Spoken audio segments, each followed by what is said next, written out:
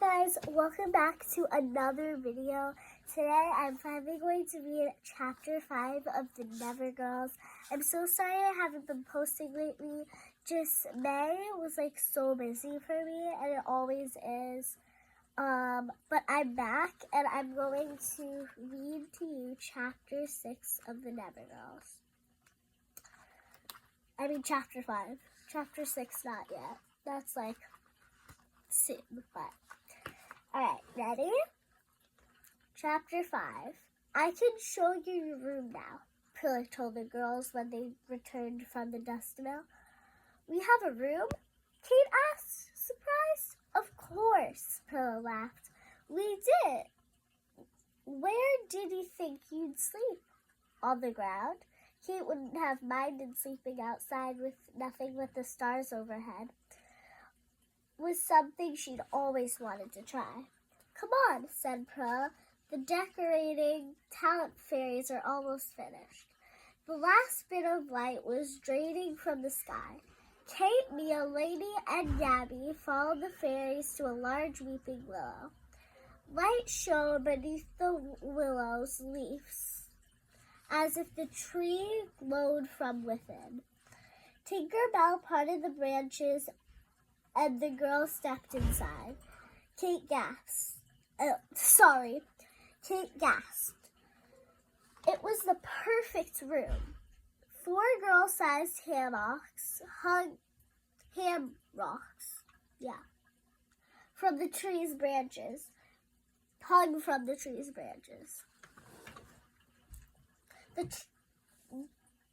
I'm so sorry. The willow's leaves spilled down around them like curtains. The velvety grass had been raked into pretty spiral patterns.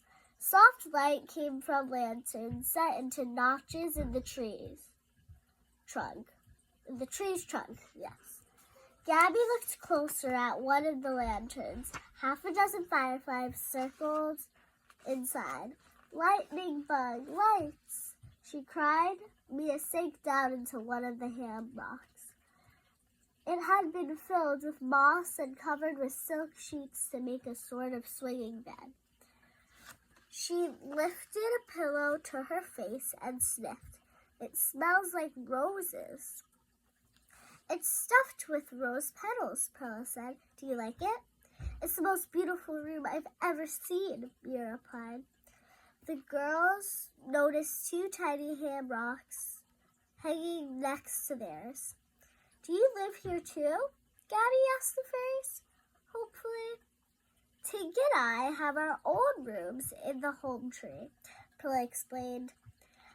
But we thought we should stay with you for now anyway. On another branch, Lady discovered a basin. I don't know, I think it's basin, a basin made from tightly woven banana leaves. It was filled with cool spring water. The girls washed their faces and cleaned their teeth with licorice twigs. The sewing talent fairies had made nightgowns for them by stitching together flannel sheets. The girls slipped these over their heads, shivering at the softness. As they climbed into their beds, Tink went around, tapping the lanterns to put the fireflies out. Leave one on, Mia said. At home, Miami always leaves a light for Gabby. Oh, Lady gasped and sat up. Home!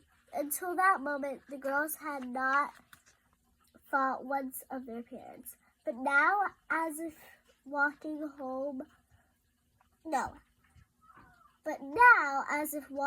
from a dream, they realized how long they'd been gone. Our moms and dads are going to be so worried, said Mia. They're going to be angry, Kate added grimly. If only there were a way we could send a message.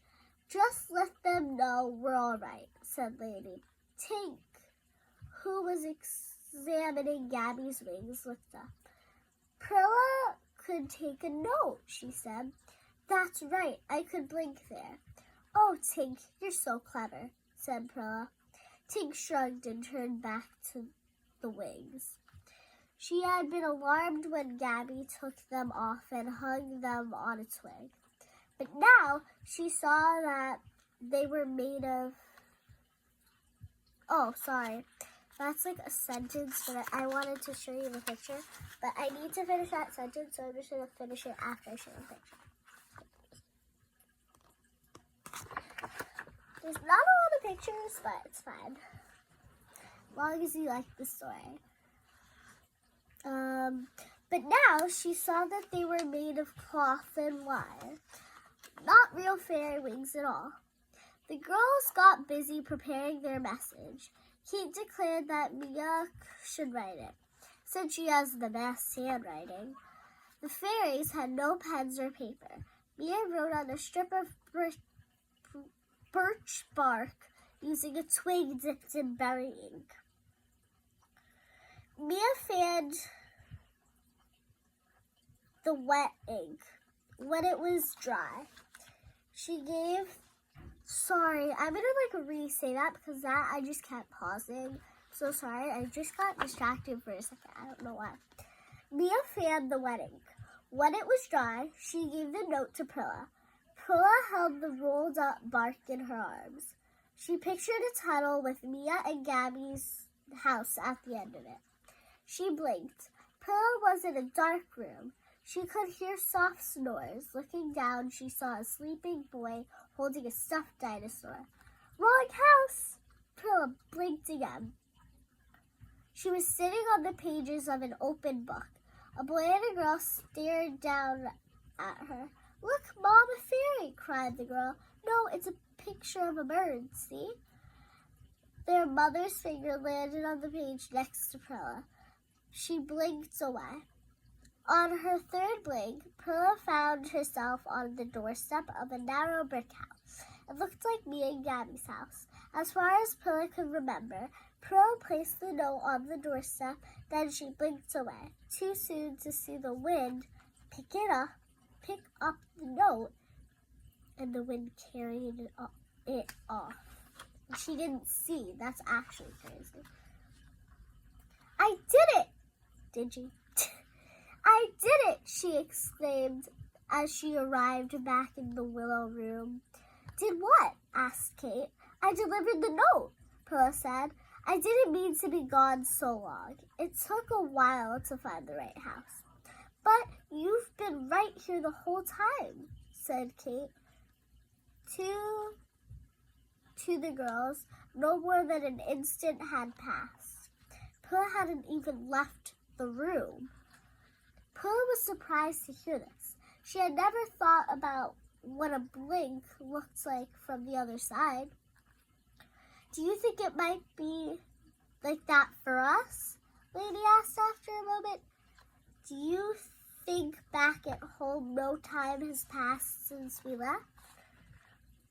Prilla considered Lady's question. Maybe so, she said. A blink is a blink, whichever way you go. A sigh of relief went around the room. As soon as they were sure their parents wouldn't be worried, the girls' mood lifted. This is like a sleepover, said Lady, snuggling under the covers. It's better, Mia said. We can stay up all night if we want. But it had been a long day full of surprises. Soon enough, their giggles gave way to yawns. One by one, Gabby, Lady, and Mia dropped off to sleep. Kate lay awake for a long time. She was too excited to sleep. All her life, she had secretly believed that something extraordinary would happen to her. Now it finally had, and she didn't want to miss a single moment. When she was sure everyone else was asleep, Kate threw back the covers and crept out of bed. Standing on her tippy toes, she peeped into Prilla's and Tink's hamrocks. They were asleep Quietly, Kate Kate. Kate parted the willow branches and stepped outside. If Pixie Hollow was enchanting by day, it was even more so at night. Lanterns glowed softly in the trees. A warm breeze stirred up the scent of jasmine.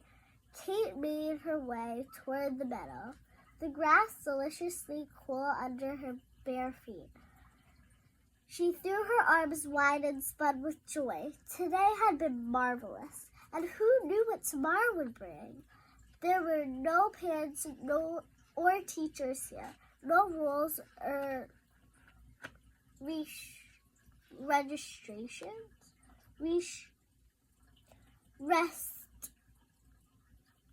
restrictions. Nothing but days and days of adventure ahead. A laugh rang out from the darkness. Kate looked around. "Who's there?" she whispered. This is just her, like, a tiny picture on the page, but whatever. A cricket's chirp was the only reply. A cloud crossed the moon. Kate shivered and wrapped her arms around herself. "I'm imagining things," she thought, but the night seemed darker now, turning. I just heard a noise and that got me so startled. Because, like, I was reading that there was only a cricket chirped, Whatever. But the night seemed darker now. Turning, Kate started quickly back to the willow. Sorry. But the night, I'm going to say it again, I'm so sorry. But the night seemed darker now. Turning, Kate started quickly back to the willow, brushing past a primrose blush. In her hurry, she didn't notice the pair of eyes gleaming at her from within its branches. That is the end of the chapter, and that is literally so scary. That is literally so scary. I'm so excited. Like, when we read the next chapter, I'm so excited. Because, like, that's actually, like, such a good ending. But, so, I hope you guys had an amazing day. And, yeah. I hope you guys had an amazing day. And I can't wait to read chapter 6. I really can't. So, I'll see you guys tomorrow.